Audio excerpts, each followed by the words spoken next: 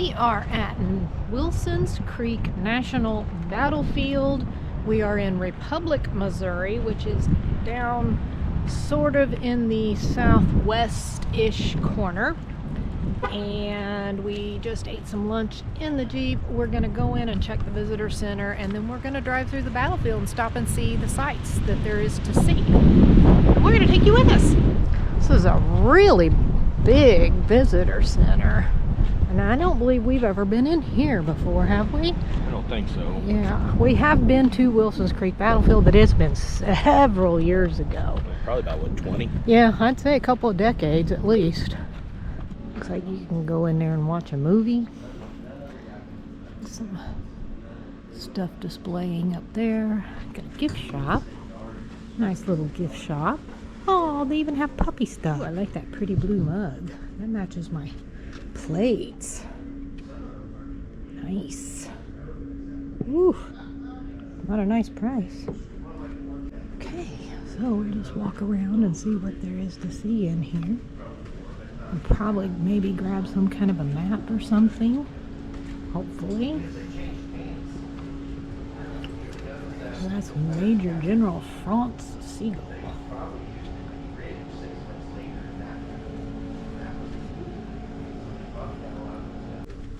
The old bed.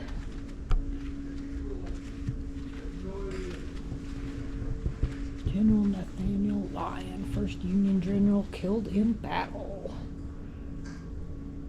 And of course, we are not going to read each of these signs, but if you want to pause and read them, please feel free to do so.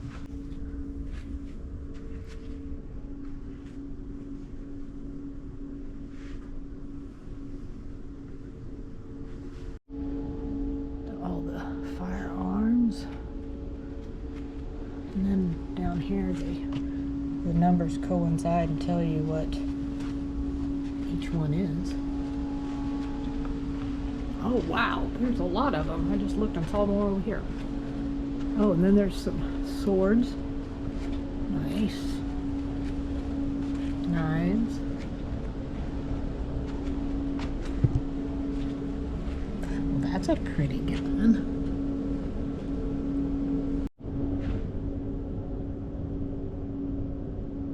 I can't remember why we know Sterling Price, but we're thinking maybe it had something to do with Pershing.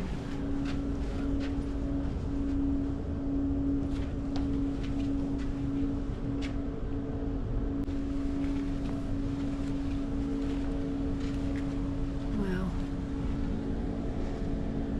boy, shoes sure have come a long way. Those don't even look comfortable. Can you imagine wearing those things? Yeah, better barefooted though. I guess.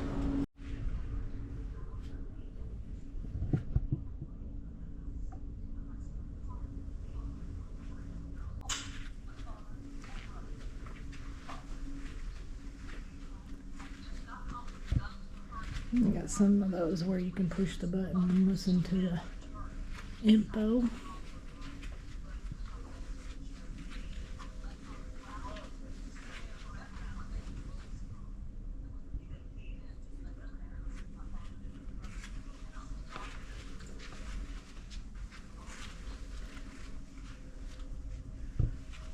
Battle of Lone Jack. We have yet to go to that one. And Battle of Lexington we have been to, but we have not videoed, and we do plan to go back.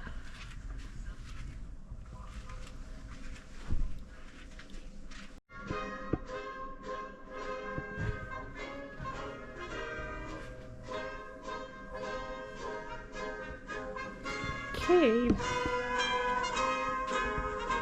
In early August 1861, two armies prepared to fight the second major battle of the Civil War, a battle that would largely determine the fate of Missouri. The North's situation was desperate. Union General Nathaniel Lyon had concentrated 7,000 United States regulars, volunteers, and home guards in and around Springfield, over there, about 10 miles from Wilson's Creek. But many of Lyon's volunteers were nearing the end of their enlistments. Although Lyon begged his superiors for more troops and supplies, his pleas were denied. To oppose Lyon, troops from the Confederate states west of the Mississippi, along with Arkansas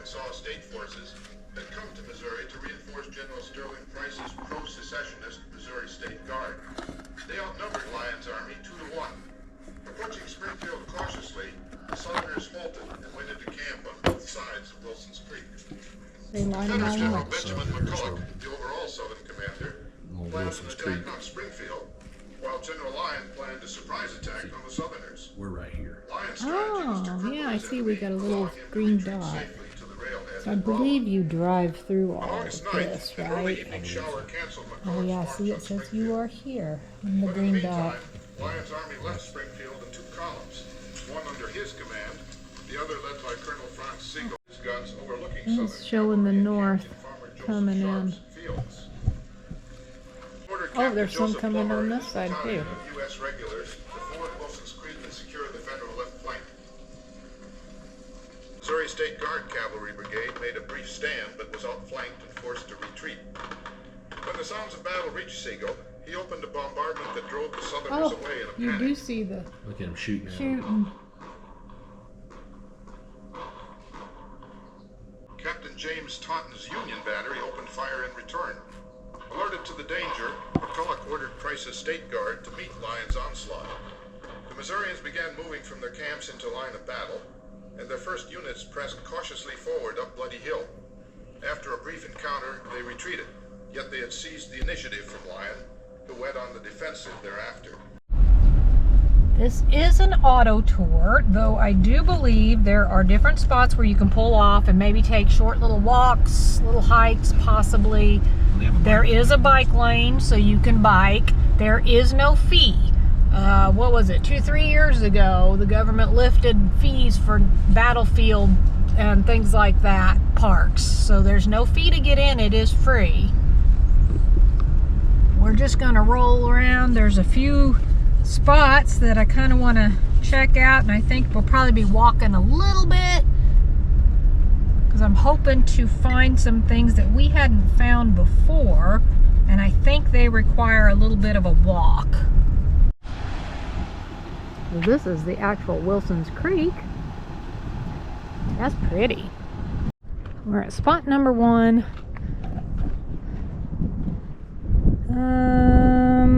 We're right here.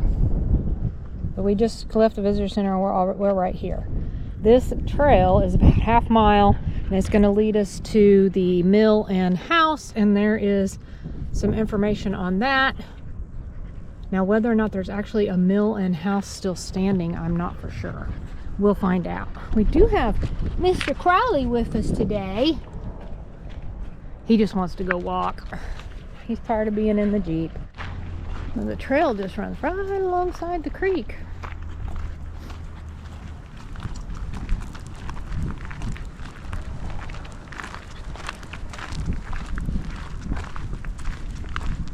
This is a beautiful day. It's only like 70 degrees. Very few clouds in the sky. It's nice. Let's see. Some info. We are evidently on the right path. I was going to take the wrong path. Jesse saw this one. He was right. Like usual. Whatever. Signs from the past. Over a half mile upstream from here, water from Wilson Creek was diverted by a dam into the mill race. It flowed downstream several hundred yards, crossed the creek on a 45-foot raised trestle, and continued past this spot to the mill. So we are here. We're not quite to the mill site, I guess. So this is the mill site. In the summer of 1861, small mill of John Gibson stood here.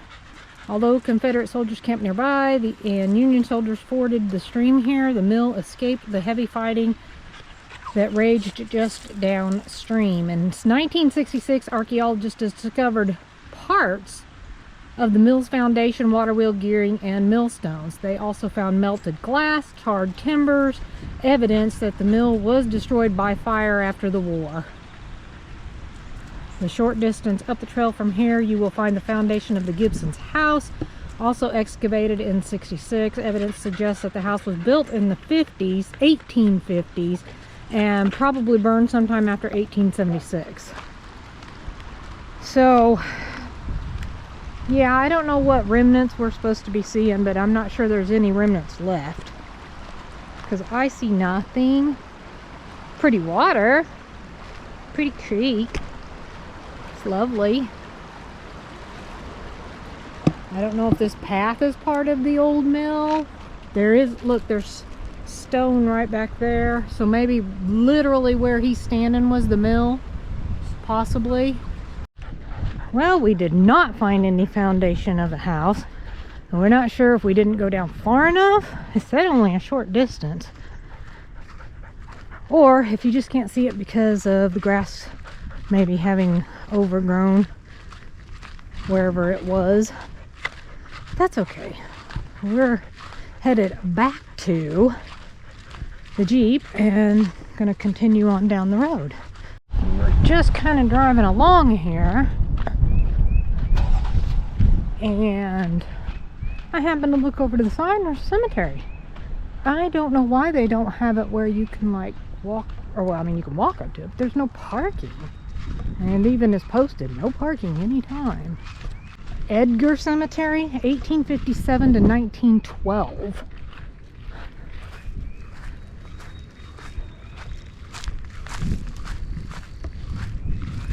Wow. Those are awesome graves right there. Let's grab a picture.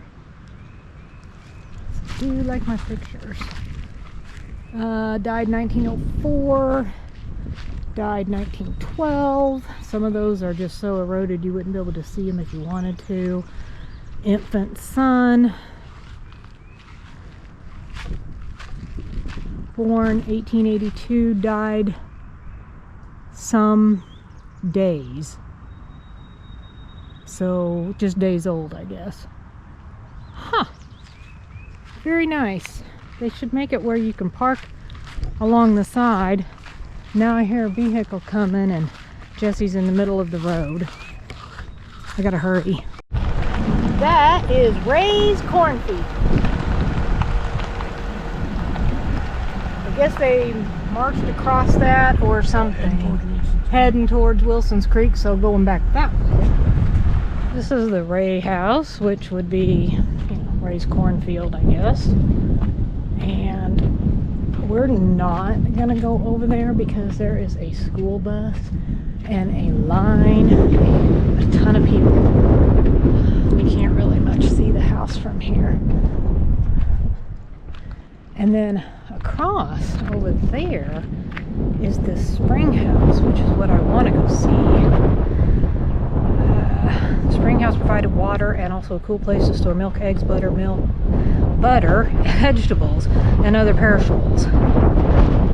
During and after the battle, the Ray's house served as a field hospital for the Confederates.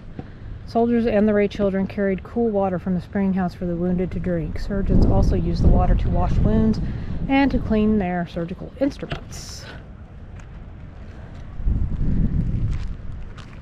Yeah, there are so many people over there. I don't think we're gonna bother with that. Jesse didn't even get out because we can tell there's a crowd. I'm kind of loving this big tree. So there's the spring house right there. I am not gonna walk all the way down there, but I will get a little bit closer. It does actually look like you can go all the way in that. Doors open. Yeah, I don't know if I want to go in there or not. Then I gotta walk all the way back up the hill. Ooh, it is windy out here. Yeah, I chose not to walk on down there. Hey, there's a really good shot of the Ray house from over here. So you can see that. That's really nice. This spot is Price's headquarters, which Price was general, right? And so his headquarters were out here, but it's also the Pulaski, Arkansas Battery spot.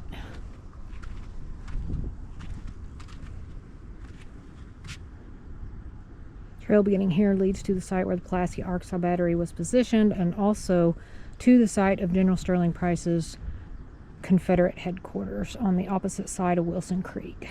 The round trip walk to both sites is about a total of a mile.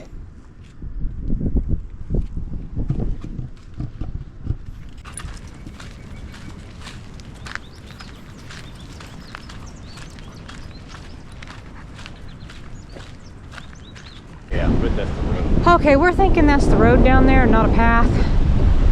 So we're gonna get back in the truck and drive around, and hopefully we run across that little house, because this does not look like it leads to that.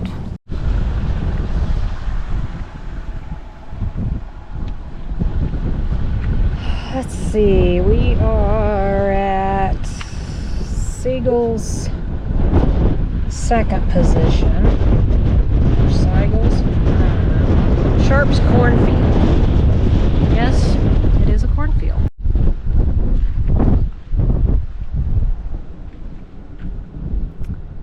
So this is Colonel Siegel's column. Two-pronged surprise attack happened here. General Lyon's main column with about 4,000 men would strike the Confederate camps from the north, while Colonel Franz Siegel's brigade of about 1,200 men would attack from the south. The Confederate army would be crushed between the converging columns. The plan seemed effective at first, but the Union forces were outnumbered, and poor communications between Lyon and Siegel made it difficult to coordinate the attack. Moving up the hill behind us, a line of advancing rebels that the Federals mistook for reinforcements, the gray-clad 1st Iowa, charged and overran Siegel's position. So they came from up over there and got them from that way. There is a rock marker out here. I wonder what that is. It says Backoff's Battery. Got a couple of cool tanks.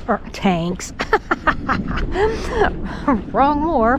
Couple of cool cannons sitting out here. Not really for sure what the rock marker is. I don't know if that's significant for something, but I didn't see anything about it. So yeah, these are really cool. I'll have to get some pictures. I like it. And we were wrong. That was not the road that went by that little cabin, and that was actually Price's headquarters. It was another trail, and we did see that trail. It's the Wire Road Trail, but we don't know how far down it was going to be. It looked pretty far down there, and we just didn't really have the energy. I think we've lost our energy for it, so maybe another day. This is another battery site. This one is, ooh, I'm gonna mess up. I'm gonna butcher this poor person's name. Guibers? I don't know. So there's some info there if you want to pause and read all that. I just thought the cannons are cool the way they have them kind of in a line here, and give you an idea that they were shooting off that way. That's a pretty big open space out there, hiding behind a few of these trees, and there may have been more at the time. I mean, that's been quite some time ago. A little bit of pause and read there. We're up kind of high on this hill.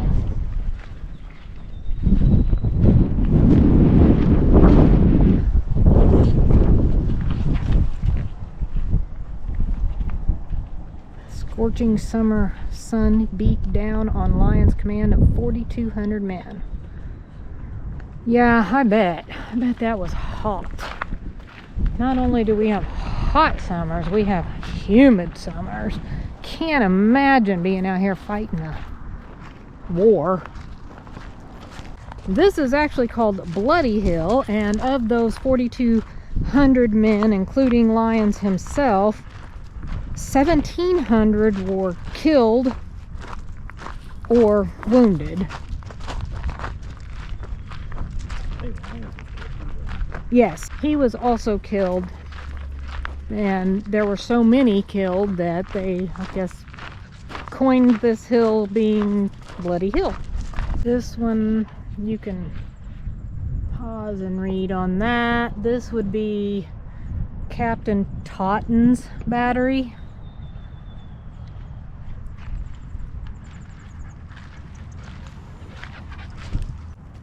Missourians never run. These words were commanded by John Q. Burbridge, colonel in the Missouri State Guard, as he fell from his horse wounded from severe mini-ball fire. Yikes. Okay, so there was a marker. Military escort took Lyon's body by wagon to Rolla and then on to St. Louis. This marker commemorating was unveiled in 1883, moved to Springfield National Cemetery in 1884. But Lyon was killed here. He was the first Union general to be killed in the Civil War. He is actually buried with his parents in Phoenixville, Connecticut. I don't know if, like, is this where he died, or they think he died maybe, or something. What's getting into you? He's getting his exercise today. There is one more thing on this trail that I'm really hoping is like one of these right up here, because I'm kind of beat. Because so many had died, obviously they did mass graves a lot during the Civil War. Commanders from both sides were not prepared to properly bury 535 soldiers who lost their lives. As Union troops began retreating to Rolla, the Southern soldiers were left to do the grueling work of digging graves for the dead. William Watson of Louisiana recalled, "The sun got so intensely hot, some of the bodies began to show signs of decomposition, and the flies became intolerable, and the men could stand it no longer." So they found this sinkhole, and they buried about 35 unidentified Union soldiers in this sinkhole. Now, if you are into paranormal at all, wouldn't you think? Be a little bit of unrest. Yeah, this might be the kind of place that you'd want to try to visit at night. Obviously, though, just gonna put this out there as a disclaimer. I believe this closes down and you are not allowed to be in here at night. But, yep, that's icky. That's kind of icky. So the trail goes on down, and there's a few more informational signs, but we're not gonna do that today. Crowley, I think he's done. I think he's tired. All right, we're back at the visitor center. So the last spot was actually a overlook for another battlefield area, whatever. Was it the West Battlefield or something overlook? And it was a trail, and like I said, we're beat, so we're done. This was the Wilsons Creek National Battlefield, and it's pretty interesting. It's a nice drive. Pick a nice day if you like to do small bits of hiking. It's good for that. Bike ride. It was good. I liked it. I think we're gonna head to Springfield and get us a cool, tasty treat. Call it a day, head back home, and we will see you on the next one.